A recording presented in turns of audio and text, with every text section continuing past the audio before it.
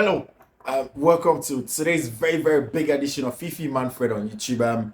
It's a post-match analysis, Chelsea versus Newcastle. It's a game that went down to the wire, lots of issues, and then a game that really spoke about the real issues of the two sides. None of them really exacting themselves on the game. You can tell that Chelsea have priorities, and then again, it's same for Newcastle.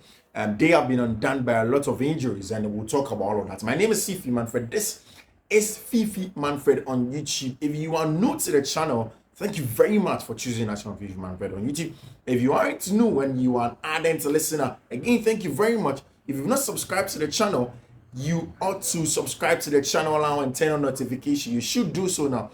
Turn on notifications, subscribe to the channel so that anytime there is content, you are first to have it here on Fiifi-Manfred on YouTube. We'll do the tactical analysis for you. We'll tell you about the preambles of the various game. We'll get into the detail and then we speak about. So essentially, the game started and it was a mid-table clash. Newcastle, I think, in there with 39 points themselves. And then, of course, you look at Chelsea, who has 11 to 36 points. And then going into this game, I think both teams were almost on the same level, not just about points. I mean, in terms of inconsistency, Chelsea have been inconsistent this season. They win today, they don't win tomorrow. And then, of course, that has been a mark of a very young team. You look at the Newcastle team, it's also a team that has been inconsistent by and large, where they win today, Eddie Howe, what he did last season, he's not be able to do it. And if you look at last season, for one, they conceded some of the least goals conceded last season.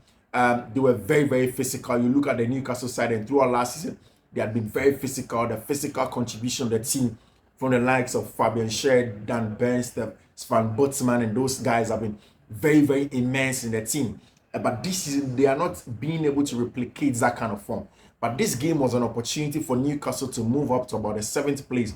Once for Chelsea, they were still going to stay at the bottom of the table. Albeit they're going to be 3 points better off than they were before this game week started. So it was an important game for Chelsea Football Club. Now, if you look at how both sides started the game, especially for the home side, Chelsea, obviously, Benjamin Chilwell had gotten injured, so he didn't start the game in there for Chelsea Football Club. Chelsea essentially started with a 4 at the back that he started in recent times. Nathaniel Chalobah, Axel Disasi as a 2 centre-backs with Georgi Petrovic in post with Malo Gusto. But then again, it was Marco Correa that came in to replace Benjamin Chilwell of left back. Now, what this actually did was that it gave Chelsea the opportunity to build up with a back three, because I've consistently said that Marco Correa is excellent in building up with a back three.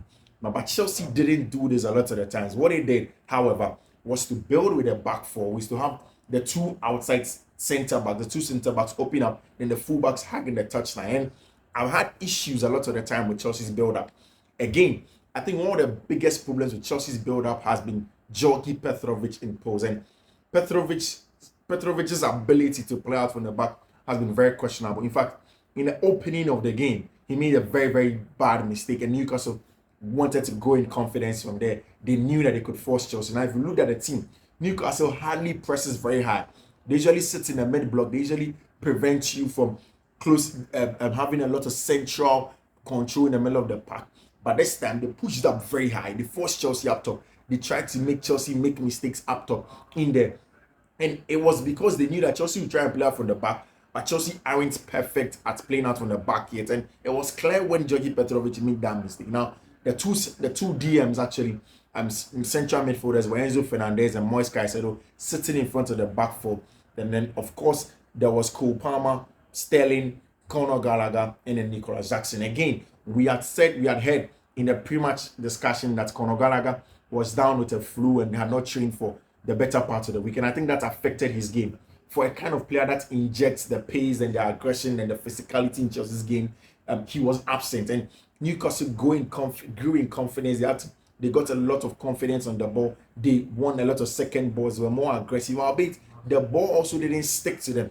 Now, coming into Stamford Bridge this evening, Newcastle hadn't won any game against Chelsea in about God knows how long, and about 18 attempts at the Stamford Bridge. So it was always going to be a difficult game. But he also started with Martin Dubravka and Postino Livramento at right back for in replacement of Kieran Trippier. There was Stefan Botsman and Fabian Schär, the two centre backs, and Dan Burn as the fullback on the left hand side. Of course, there was Bruno Guimaraes sitting. There was Joe Willock, and then Shane Longstaff in the middle of the park. Then they had Alexander Isak, Anthony Gordon, and then of course Miguel Almiron. Now, the game wasn't really physical at the beginning of the game. For me, it was a more of a game where Chelsea wanted to build from the back and Newcastle wanted to press. Newcastle knew that that was a huge weakness for Chelsea Football Club and that they could press Chelsea to make mistakes. Now, to weather that storm, I think that I must commend Georgi Petrovic for a point in time playing long, and this time it was a little bit inch perfect when he found Marco Correa and then of course Georgi Petrovic. And I think that it was a very, very good job done on the left-hand side by Marco Correa by closing down Tino Livramento to prevent him from making a lot of overlapping runs and winning those balls in those dangerous zones and sending those crosses in there for the Newcastle team. Now, whilst the game was a little bit bouncy and hadn't settled, it was in that area where Conor Gallagher found the ball, took it out wide to Malo Gusto, who sent in a cross, and then it was badly cleared by Sven Botsman, fell to Cole Palmer, and then of course Nicholas Jackson got his 9th goal in the English Premier League this season, and he has scored the same number of goals as he has had yellow cards this season, 9 goals. And if you look at the best season for Kai Havertz for Chelsea up front, it was 8 goals and assists. This time it's 9 goals in the English Premier League for Nicholas Jackson, and it was a flick, it was a feeble shot. And I've always consistently said that for Cole Palmer, when he cuts in from the right hand side and comes centrally, that's what's supposed to happen. And that's why I do not like it when Mauricio Pochettino plays Noni Madueke on the right hand side, because if you play Noni Madueke on the right hand side, himself and Malo Gusto both keep the width. But this time Cole Palmer cuts inside, and then Gusto keeps the width. Gusto tries to send in a cross. It's clear. He takes a ricochet of Cole Palmer. Cole Palmer tries to send in a shot, and it is flicked by Nicholas Jackson, who ends up scoring the 9th goal of Chelsea's season. But you see, the big problem with Chelsea was that there wasn't any sense of urgency and intensity. I don't know if that was because of Conor Gallagher's injury and the fact that he couldn't inject that intensity for Chelsea. But as the game went on, Newcastle began to go in confidence, and they are because of 2 different things that Newcastle did. Now, Chelsea weren't pressing them high. And one of the things that Chelsea wanted to do at this point in time was to sit in the mid block and then catch Newcastle on the break. And Newcastle were excited to have more time on the ball, especially in central areas, when Enzo Fernandez and Moise Caicedo dropped deeper and deeper and deeper and deeper. And then, of course, Nicholas Jackson wasn't applying pressure up top, and it made the game a little bit easier for Newcastle. Now, one of the biggest issues I've seen with Chelsea in recent times is that anytime that they are up by a goal, these players, Sterling, Gusto, and then a couple of them begin to, and Cole Palmer as well, sometimes begin to play more individualistic, try to do some flickery and then shimmy in areas where they are 50-50 and anybody can turn the ball over and score. And that's exactly what Malo Gusto did in a very dangerous area. The ball fell to Alexander Isak. And you see, if you have been listening to my analysis, one of the things I've been saying consistently, and one of the best centre forwards in the English Premier League this season has been Alexander Isak. In terms of quality, he's a quality centre forward. The ball came to him, he was closed down by Axel Disasi, shifted the ball quickly, dropped the shoulder, his right foot, and then placed it at the blind side of Georgi Petrovic. Petrovic found the spot, but then he was always going to be late to it, and it was 1-1 Newcastle.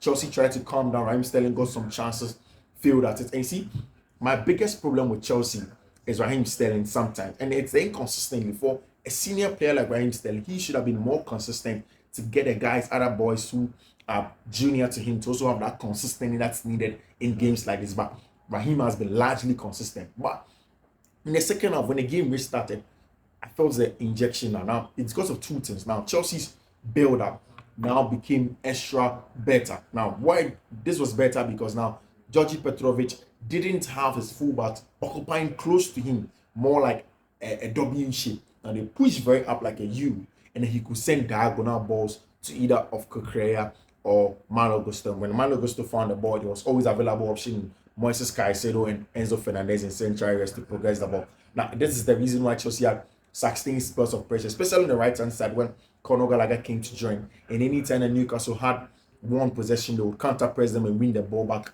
And once the ball fell to ice cold Palmer, quality player on his favorite left foot, cut in, found that small space in between the legs of Dan Burn, and then already Chelsea were about 2-1. And I think that's the quality, the individual quality, because the game wasn't settled for anybody. I knew the individual quality, and Chelsea had the individual quality in them, and they turned the game on its head, and it was 2-1. At this point in time, Newcastle, you could see on the touchline that Eddie Howe was bringing on two very tall players to come and deal with center set pieces, and then get on the second balls, and then try and transit in there, and then hurt Chelsea in that regard. But it was excellent for Pochettino to take off Raheem Sterling at the time he took him off, and then bring on Mihailo Modric, because Chelsea needed somebody to control those balls in between the lines. Now, at this point in time, the game had opened for Newcastle to push very high up the pitch, and then there was a lot of time. Two balls. There was a flick from Nicolas Jackson that fell to Raheem Sterling. Did a very good job, calmed down the ball, beat Nicolas Dubravka, but then failed to find the back of the net. Another one again quickly happened to Nicolas Jackson again. Also, very good combination play with Mihailo Modric when he came on. But then again, Chelsea failed to find the net, and then the ball went to the left-hand side again, cut back to Conor Gallagher. But then Modric took matters into his own hand, shimmying the tight space. And again, the quality of Mihailo Modric is that he's the kind of player that I can't wait to see when he gets to the level where we see this is Mihailo Modric at the top level, because Chelsea can't afford to sell Mihailo Modric. They cannot afford to sell, because he is quality on all levels, and it is just a matter of time. It's just a matter of time that Mihailo Modric's quality is going to show. In there, takes a flick, ball forced to him in there, quick shimmy to the goalkeeper Martin Dubravka, and then slots the ball in there. In the context of this game, it's a very, very important 3 points for Chelsea. I did say earlier on that if Chelsea wants any chance to qualify for Europe next season, then this was the game. The game that Chelsea had to win to qualify for Europe was this one. And they have done everything possible to get a win. It sets the tone. There are bigger games to come. Leicester City over the weekend in the FA Cup. Then possibly they can go to Wembley. It's a tough game against Leicester City, especially when Enzo Fernandez is out, and then Cesar Casadero is cap tied, but Mauricio Pochettino didn't play him today. In there, he didn't give him a chance to get on the foot of play. Kane Chukwuemeka is back into the team. We'll see how that goes in there. And then again, if you look at all of these things, the kind of games that are coming, Chelsea can bounce off the confidence that this is coming for. And that was good confidence for Sterling. It was good confidence for Jackson. Good confidence for Mihailo Modric. Chelsea able to bounce this off. They're able to get a lot of quality, a lot of good stuff in games like this as the game going on. Then there may be it, because there's going to be 1 point off Newcastle United. Get the wins that are coming in, then already you go in confidence. Then possibly this season 7th coming Champions League. But again, it wasn't an exciting game. It wasn't too much of a perfect game for Chelsea, but was exactly what Chelsea needed to make sure that they get all 3 points against Newcastle in at the Stamford Bridge. It's a very, very good win. Thank you very much for choosing me as a post-match